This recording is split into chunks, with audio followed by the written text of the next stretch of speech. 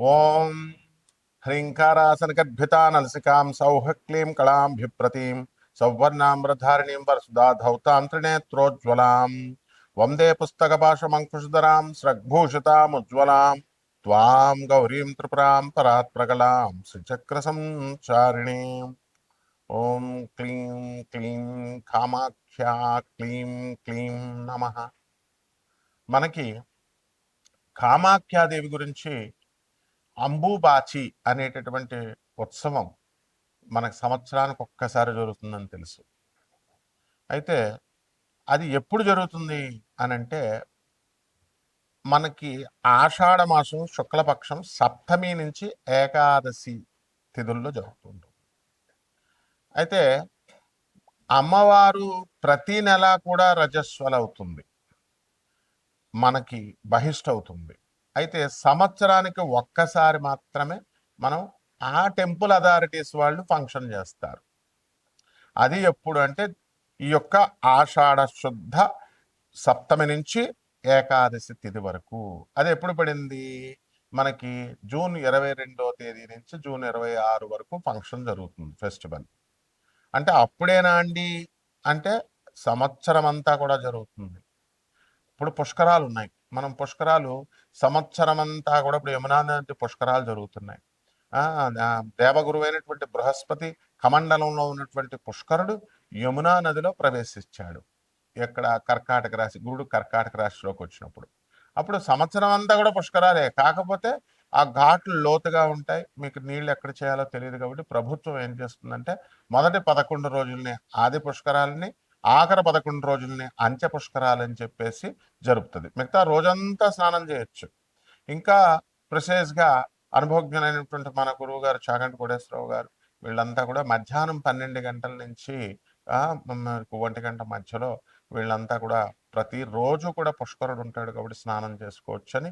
అలాగే కాశీలో కూడా మణికర్ణిక ఘాట్లో ప్రతిరోజు కూడా, ఇంకా ఈ ఈ సంవత్సరం ఆ సంవత్సరం లేదు, ప్రతిరోజు కూడా 12 నుంచి మనకి కొన్ని గడియల పాటు 1 గంట వరకు మీరు స్నానం చేసుకోవచ్చు అని చెప్పారు. అయితే ఇక్కడ ఈ యొక్క అమ్మవారు మనకి శాస్త్ర ప్రమాణం ఉంది. అదేమిటంటే ప్రతి మాసం భవేద్దేవి యత్ర సాక్షాత్ రజస్వల. అంటే ప్రతి మాసాన్ని కూడా మనము ప్రతి మాసం మనం అనొచ్చు, సంస్కృతంలో మాసే మాసే అని అనొచ్చు, మాసి మాసి అని అనొచ్చు అనమాట. అందువలన మనకి ప్రతి నెల కూడా స్త్రీలు అందరూ కూడా ఏ విధంగా అయితే బహిష్ట అవుతారో ఆ విధంగా అమ్మవారు కూడా, కామాఖ్య అమ్మవారు కూడా బహిష్ట అవుతూ ఉంటుంది ప్రతి నెల. కాబట్టి మనం ఈ అంబుబాచి ఫెస్టివల్కి వెళ్ళలేకపోయామండి అని బాధపడాల్సినటువంటి అవసరం లేదు. ఏ టైంలో అయినా సరే ప్రతి సంవత్సరం ప్రతిరోజు కూడా మీరు ఆ యొక్క అమ్మవారిని మనం ధ్యానించుకోవచ్చు, కామాఖ్య అమ్మవారిని దర్శించుకోవచ్చు. ఆమె ఎవరో కాదు, ఆమె సాక్షాత్తు మాయాపీఠమైనటువంటి పెజవాడ కనకదుర్గాదేవియే అక్కడ యోనిపీఠంలా అక్కడ మనకి కామాఖ్యలో వెలిసింది, ఇందులో డౌట్ లేదు. తర్వాత ఆ అమ్మవారి ఒడ్డున బ్రహ్మపుత్ర నది మనకు ప్రవహిస్తూ ఉంటుంది. ఆ బ్రహ్మపుత్ర నది లో మనకి ఈ యొక్క ఉత్సవం అనేటటువంటి జరుగుతుంది. అక్కడ ఒక ఘాట్లో కుంకుమ వేస్తారు. కుంకుమ వేసి అమ్మవారి మిగిలిపోయినటువంటి ఈ యొక్క పూలు పుష్పాలు కుంకుమ వేయడం వల్ల ఆ వాటర్ అనేటటువంటిది ఎర్రగా అక్కడ మాత్రమే ఉంటుంది. దాన్ని పట్టుకొని వీళ్ళందరూ కూడా బ్రహ్మపుత్ర అనేది ఈనిందా అని ఎర్రగా ఉంటుంది అని చెప్పేసి పుకార్లు లేపారు. అతిశయోక్తి, ఎగ్జాగరేట్ చేశారు. అదేవిధంగా అమ్మవారు అక్కడ వాటర్ అంతా కూడా లైట్ పింక్ కలర్, గ్రీన్ కలర్లో ఉంటుంది. అక్కడ ఐరన్ ఆక్సైడ్, సిన్నాబార్ అనేటటువంటి మెగ్నీషియం సల్ఫైడ్ మెటల్స్ ఉండడం వల్ల ఈ యొక్క ఆ వాటరు ఏమవుతుందంటే రెడిష్ బ్రౌన్ కలర్లోకి చేంజ్ అవుతుంది. గ్రీన్ కలర్లో ఉన్నటువంటి light green colour, light pink కలర్లో ఉన్నటువంటిది రెడిష్ బ్రౌన్ అవుతుంది. ఈ అంబుబాచి ఫంక్షన్లో కామాఖ్య టెంపుల్లో ఏం చేస్తామంటే మనము యోనిపీఠంగా ఉంది కాబట్టి అక్కడ యోని ఆకారంలో ఒక రాయి ఉంటుంది, ఆ విగ్రహం. దాని మీద ఎర్రని గుడ్డ వేస్తారు. అది కూడా మనకి అందరు కూడా తెల్లగుడ్డేస్తే ఎర్రగా అయిపోయిందని ఏదో చెప్తారు, ఎగ్జాగరేట్ చేస్తారు. మామూలుగా అప్పుడు అక్కడ గౌహతిలోనే కాదు, శక్తి క్షేత్రాల అమ్మవారి క్షేత్రంలో మెరిసేటటువంటి ఎర్ర అది తలకు కట్టుకుంటాం కదా, అలాగా జెండాలకు వేస్తాము. ఆ షైనింగ్ వచ్చేటటువంటి రెడ్ క్లాత్ ఆరెంజ్ కలర్లో ఉన్నటువంటిది వేసి కప్పుతారనమాట. తర్వాత అంబుబాచి ప్రసాదంగా ఎలాగైతే గాణగాపురంలో ఆ పాదుకల్లో ఉన్నటువంటి ఆ గంధాన్ని తీసి మరి అడిగిన వాళ్ళకి ఇస్తూ ఉంటారు. అంటే డబ్బులు ఇచ్చిన వాళ్ళకి, పంతులు గారులకు డబ్బులు ఇస్తే ఇస్తారు, 1000 రూపాయలు, 10,000, 5,000 అట్లా అనమాట. అది డిమాండ్ వీళ్ళు క్రియేట్ చేయడం వల్ల వాళ్ళు అలా తయారయ్యారు. ఇక్కడ కూడా అంతే, తెలిసిన వాళ్ళకి ఇచ్చే సీన్ ఏం లేదమ్మా. అక్కడ ఎవరైతే డబ్బులు కడుతూ ఉంటారో వాళ్ళకి ఇస్తూ ఉంటారనమాట. కాబట్టి అక్కడ అదేమీ అవసరం లేదు మీకు. అంబుబాచి అమ్మవారి ఎప్పుడు కూడా బ్రహ్మపుత్ర నది బ్రహ్మదేవుడు అక్కడ సృష్టించాడు.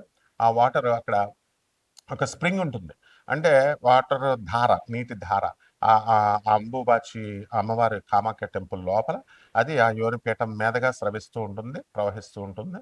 ఆ వాటర్ని కొంచెం తీర్థం కింద మనం తాగుతాము.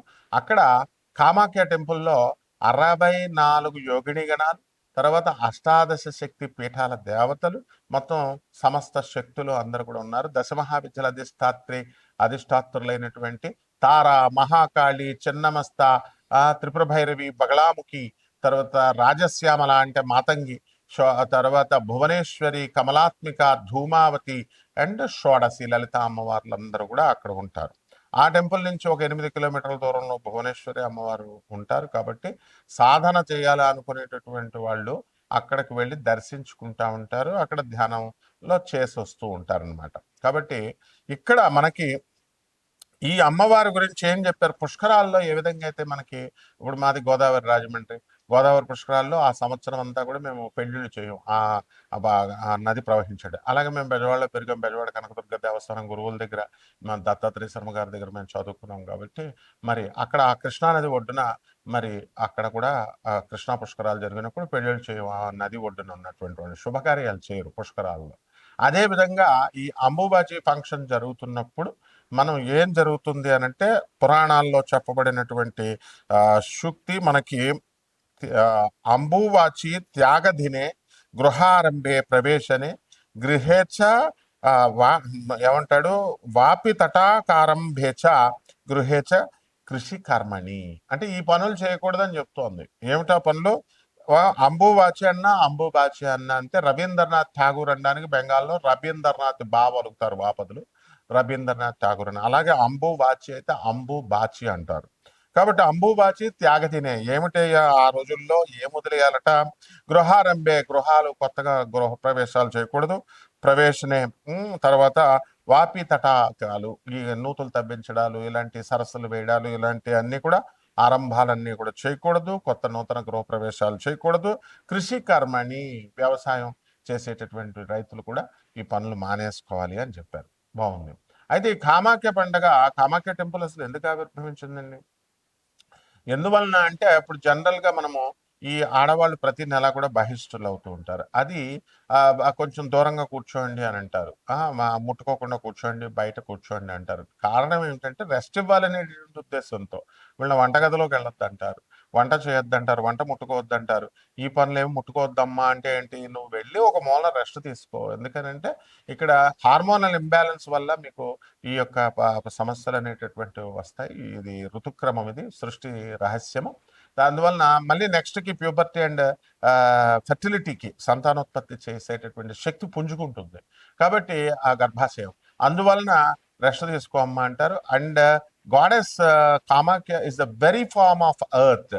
అందువలన ఆమె భూరూపంలో ఉన్నటువంటి భూదేవి కాబట్టి ఆ భూమికి మనం రెస్ట్ పీరియడ్ ఇవ్వాలన్నమాట. అందుకనే ఈ కార్యక్రమాలన్నీ కూడా వ్యవసాయము, దున్నడాలు, ఇలాంటి అన్ని కూడా చేద్దు, గోతులు తవ్వడాలని చెప్పాం. అలాగే ఈ యొక్క రజస్వలాన్ని అది మనం ఇర్రెస్పెక్ట్ ఇస్తున్నారు అనేటటువంటి భావంతో మనం ఉంటాము. No, it is honour. అప్పుడు ఆ కామాఖ్య అమ్మవారికి ఆ స్త్రీ యొక్క బహిష్ట అవడం అనేటటువంటిది గౌరవప్రదమైనటువంటి పని, పవిత్రమైనటువంటి క్రియ అనేటటువంటి దాన్ని చెప్పడం కోసమే ఈ అంబుబాచి అనేటటువంటి ఫెస్టివల్ని మనం కామాఖ్య టెంపుల్లో జరుపుతాం అనమాట. ఆ తర్వాత ఈ యొక్క కామాఖ్య అమ్మవారి యొక్క, ఇప్పుడు వాళ్ళంతా ఎగ్జాగరేట్ చేసి చెప్తున్నారు, ఈ టెంపుల్కి వెళ్తే అసలు ఇంకా అష్టాదశ శక్తి పురాణాల్లో చెప్పేశారు, అష్టాదశ శక్తి పీఠాలకు అత్యంత శక్తివంతమైనటువంటిది అవేమీ కావు. అష్టాదశ శక్తి పీఠాలు అన్నీ కూడా ఈక్వల్.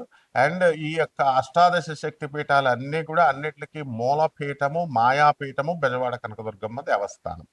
కాబట్టి అందువల్లనే ఆమె నుంచి ఈ అష్టాదశ శక్తిపీఠాలైనా ఈ కామాఖ్య అమ్మవార్లైనా మొత్తం దశమహావిద్యలన్నీ కూడా ఆవిర్భవించారు. ఆమె ఆది పరాశక్తి. అమ్మల గన్న ఎమ్మ ముగురమ్మల మూల పుటమ్మ చాలా పెద్దమ్మ సురారులమ్మ వేల్పుటమ్మల మనంబుల నుండెడి అమ్మ దుర్గ మాయమ్మ కృపాబ్ధినిచ్యుత మహత్వ కవిత్వ పటుత్వ సంపదల్ అని పోతనామార్చులు అమ్మల్నే కన్నా అమ్మ అమ్మ జగన్మాత తల్లి నువ్వు దుర్గా అని ప్రార్థిస్తాడు. అదేవిధంగా ఈ యొక్క ఆ మనకి బెజవాడ ఇంద్రకీలాద్రి పర్వతం మీద వెలిసింది కృతయుగం అన్నట్టు.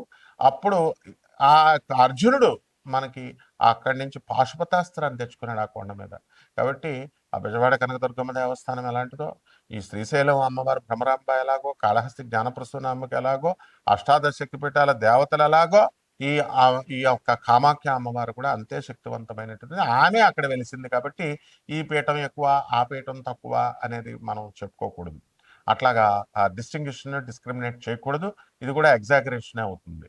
కాబట్టి శాస్త్రం ఏం చెప్తుంది, మాయాపీఠ నది అమ్మవారు జ్ఞానినామ చేతాంశ దేవి భగవతి సా బలాదకృష్య మహాయ మహామాయా ప్రయచ్చది అని చెప్తుంది. జ్ఞానులు సైతం మాయలో పడేస్తారంటుంది. యా దేవి సర్వభూతేషు మాయారూపేణ సంస్థిత నమస్తస్యై నమస్తస్యై నమస్తస్యై నమో నమః అన్నారు. మాయలో మాయ రూపంలో ఉన్నటువంటి ఆ శక్తి నుంచి సృష్టించబడినయే ఈ అష్టాదశ శక్తిపీఠాలు. 51 శక్తిపీఠాల్లో ఒకటైనటువంటి కామాఖ్య కూడా. కాబట్టి ద్వాదశ రాశుల మీద ఈ కామాఖ్య అమ్మవారు ఉపాసన ఇంట్లో చేసుకోవడం ద్వారా అక్కడికే వెళ్ళలేదని బాధపడాల్సినటువంటి అవసరం లేదు. అక్కడికి టెంపుల్స్కి అసలు వెళ్ళాల్సినటువంటి అవసరం లేదు. అందరూ కూడా ఏంటంటే ఎంకరేజ్ చేసేస్తున్నారు, టెంపుల్స్కి వెళ్ళండి టెంపుల్స్కి వెళ్ళండి. అప్పుడు ఆ మధ్య అరుణాచలాన్ని ఎంకరేజ్ చేశారు, అంతకుముందు షిరిడీని ఎంకరేజ్ చేశారు, ఆ తర్వాత కాశీ మించింది లేదన్నారు. అంటే సంవత్సరానికి ఒక టెంపుల్ ఫేమస్ అవుతూ ఉంటుందా? వీళ్ళ పర్పజల్ చెప్పేటటువంటి వాళ్ళ పర్పజల్ సర్వ్ అయినప్పుడు వ్యూస్ మీరు బాగా చూస్తూ ఉంటారు కాబట్టి వేరే దేవస్థానం గురించి చెప్తూ ఉంటారు. కాబట్టి దేవాలయాలకు వెళ్ళాల్సినటువంటి అవసరం లేదు. ఆ విగ్రహం అనేటటువంటిది ప్రతిబింబం అన్నమాట. ఆ దేవతకి ప్రతిబింబం ఇంట్లో చేసుకోండి.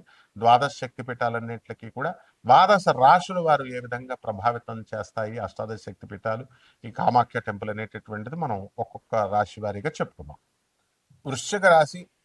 ఈ వృశ్చిక రాశి వారికి అందరికీ కూడా అర్ధాష్టమంలో రాహువు, ఆ తర్వాత మనకి పంచమంలో ఈ యొక్క శని వక్రించి జూలై 27వ తేదీ నుంచి మీకు అనేకమైనటువంటి కష్టాలను కలిగిస్తాడు. ఆ విధంగా ఆ కుటుంబంలో మనశ్శాంతి లోపము అనేటటువంటిది ఉంటుంది. కానీ అయితే ఈ యొక్క గురుడు మనకి భాగ్యస్థితిగతుడు అయ్యాడు చక్కగా మీకు. అలాగే రవి కూడా మనకి జూలై 16 తర్వాత నుంచి మనకి భాగ్యంలో ఉన్న కారణంగా మీరు కోరుకున్న చోట్లలో మీకు స్టూడెంట్స్ అందరికీ కూడా సీట్లు రావడం, ప్రభుత్వం నుంచి స్కాలర్షిప్లు ఇవన్నీ కూడా రావడం, ఇలాంటివన్నీ కూడా జరుగుతాయి. కాబట్టి ఈ రాశి వారందరూ కూడా మీరు అనుకున్న పనులు అనుకున్నట్లు మీరు సాధించుకుంటూ ముందుకు వెళ్ళిపోవడం అనేటటువంటివి జరుగుతాయి. అలాగే ఈ యొక్క రాశి వారికి ఈ యొక్క వృశ్చిక రాశి వారికి అందరికీ కూడా మనకి పూర్వీకుల నుంచి మీ పూర్వీకుల నుంచి రావాల్సినటువంటి ధనం ఏదైతే ఉందో అవన్నీ కూడా మీకు రావడానికి అవకాశాలు అధికంగా కనబడుతున్నాయి. కాబట్టి గతంలో మనము అంబుబాచి ఉత్సవం ముందు మీరు అన్నీ కూడా ఎన్నో అప్పులు చేశారు. 2 జూన్ 2026 సంవత్సరం నుంచి ఇప్పుడు దగ్గరికి వచ్చేసరికి ఈ అప్పులన్నీ క్రమేపీ మీరు తీర్చివేయడం అనేటటువంటిది జరుగుతుంది. ఇన్కమ్స్ కూడా బాగా పెరగడము అనేటటువంటిది బాగా జరుగుతుంది. రకరకాల వ్యాపారాలు చేస్తారు. 2-3 రకాల వ్యాపారాలు చేయాలనేటటువంటి ఆలోచనలతో మీరు ముందుకు వెళ్తూ ఉంటారు. కాబట్టి చక్కగా ఈ బిజినెస్లన్నిటిలోనూ కూడా సక్సెస్ అవుతారు. అలాగే ఈ యొక్క వృశ్చిక రాశి వారికి అందరికీ కూడా మనకి కుటుంబంలో పిల్లలతో శత్రుత్వాలు ఇవన్నీ కూడా ఏర్పడడం, పిల్లలు మిమ్మల్ని ఎదిరించడం ఇలాంటివన్నీ కూడా జరుగుతాయి. అయితే మానసికంగా కొంత రాహువు మనకి కుంభరాశిలో ఉన్న కారణంగా కొంత మానసికంగా మీరు ఆలోచించడం అనేటటువంటిది జరుగుతుంది. అందువల్ల మానసిక బాధల్ని మీరు వదిలేసుకొని బ్రహ్మాండంగా మీరు చేయాల్సుకున్నటువంటి పనులన్నీ కూడా మీరు చేసుకుంటూ చకచక ముందుకు వెళ్ళండి. అలాగే ఇతర ప్రైవేట్ ఉద్యోగస్తులు ఎవరైతే ఉన్నారో అటువంటి వాళ్ళందరూ కూడా ప్రమోషన్స్ కోసం చాలా ప్రయత్నాలు చేస్తున్నారు. వృశ్చిక రాశి వాళ్ళకి విదేశాలకు వెళ్ళాలని చాలామంది ప్రయత్నాలు చేస్తున్నారు. విద్యార్థులు కూడా విదేశాలకు వెళ్ళాలనుకుంటున్నారు. అందరి కోరికలు కూడా క్రమేపీ తీరేటటువంటి అవకాశాలు మనకు కనబడుతున్నాయి. కాబట్టి పరిహారాలు ఏం చేసుకోవాలంటే ఈ వృశ్చిక రాశి వారికి అందరికీ కూడా మనము బుధుడు మనకి వక్రించి ఉన్నాడు జూలై 24వ తేదీ దాటిన తర్వాత. అందుకని అప్పటి నుంచి మీరు ఈ యొక్క బుధ జపం చేసుకోవాలా, బుధ స్తోత్రాలు చదవాలా. బుధుడికి కిలోంపావు పెసల్ని ఆకుపచ్చ రంగు ఉన్నటువంటి వస్త్రాన్నిచ్చి పేద బ్రాహ్మణికి బుధవారం నాడు కరెక్ట్గా ఉదయం 7 గంటలకి దానం చేసుకోవాలి. అలాగే చక్కగా ఈ యొక్క తులసి అమ్మవారి పూజతో పాటు మేడి చెట్టు పూజ ఇవన్నీ కూడా చేసుకోవాల్సినటువంటి అవసరం ఉంది. అలాగే దశ మహావిద్యల్లో ఒకటైనటువంటి తారా మహావిద్యని మీరు అభ్యసించాల్సినటువంటి అవసరం ఉంది. ఆ తారామ్మవారిని పూజ చేసుకుంటూ ప్రదక్షిణాలు చేసుకుంటే రావి చెట్టు చుట్టూ కానీ మేడి చెట్టు చుట్టూ కానీ బ్రహ్మాండంగా